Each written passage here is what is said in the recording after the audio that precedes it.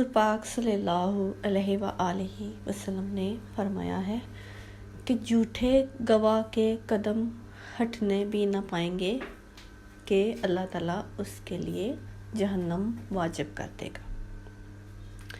یعنی اس حدیث میں حضور پاک صلی اللہ علیہ وسلم نے یہ بتایا ہے کہ آپ کبھی بھی جھوٹی گواہی نہ دو، کیونکہ جھوٹ کو اللہ تعالیٰ بالکل بھی پسند نہیں کرتے ہیں، اور آپ کے اس جھوٹ کی وجہ سے کوئی بے گناہ جو ہے وہ سزا پا سکتا ہے، پھانسی پہ جا سکتا ہے۔